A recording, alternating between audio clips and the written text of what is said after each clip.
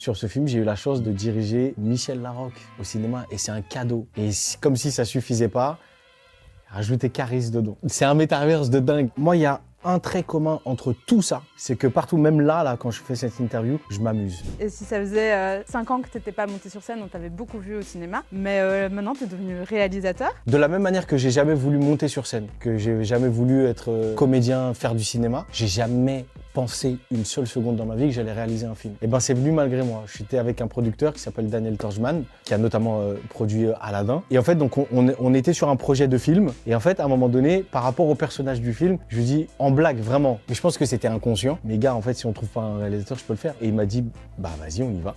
Vas-y, let's go. Et j'ai fait, attends, what? Parce que je vais vraiment réaliser. Il m'a dit ouais. Il m'a dit c'est pas une mauvaise idée.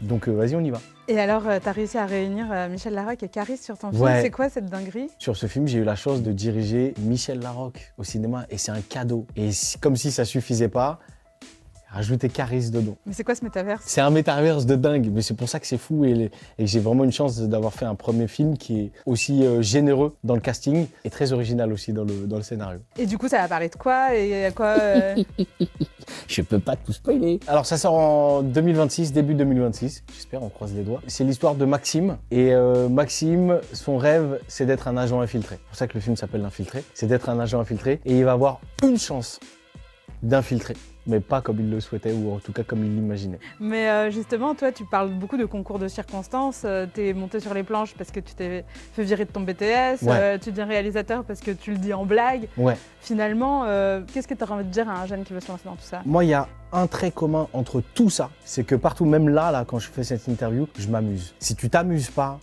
ne le fais pas. Si tu le fais pour être une star, si tu le fais pour être riche, si tu le fais pour avoir des followers sur Instagram, tu te trompes et tu vas te casser la gueule à un moment donné. En fait, il y a un choix à faire et c'est ce que je dis aux jeunes générations qui veulent faire ce métier ou en tout cas qui veulent faire des métiers artistiques. Si vous le faites pas pour vous, si vous le faites pas pour les bonnes raisons, vous allez pouvoir faire un buzz et c'est charmé, mais c'est à vous de choisir. Est-ce que vous voulez faire un buzz? Est-ce que vous voulez construire une carrière? Construire une carrière, ça prend du temps. Vaut mieux faire 10 000 vidéos à 10 000 ou 1000 vues plutôt qu'une vidéo à 10 millions de vues.